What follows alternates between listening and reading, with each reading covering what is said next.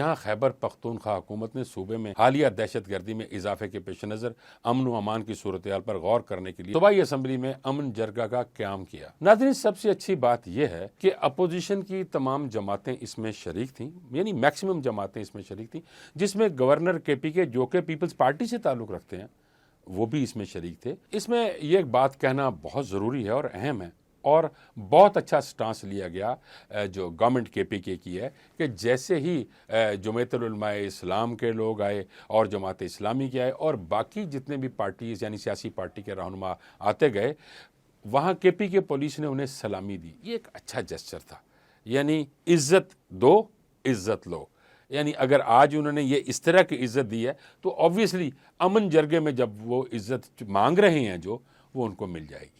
لیکن لگتا نہیں ہے ناظرین، لیکن جو جسچر لیا گیا ہے اس میں تو ایسے لگتا ہے کہ عزت ملے گی۔ ناظرین، اس کی ڈیٹیل تو میں بتاتا ہوں، لیکن ایک اس امن جرگے میں ایک بری بات ہوئی، اور وہ یہ ہوا کہ جب قومی ترانے کی دھن بج رہی تھی تو تمام لوگ احتراماً کھڑے ہو گئے، لیکن پی ٹی ایم کے لوگ بیٹھے رہے۔ جب بھی کوئی بھی ملکی سربراہ کسی دوسرے ملک میں جاتا ہے تو جب اس کے ملک کی دھن بج رہی ہوتی ہے تو اس ملک کا سربراہ بھی ادب کے ساتھ کھڑا ہوتا ہے، یعنی وہ بھی عزت کر رہا ہوتا ہے۔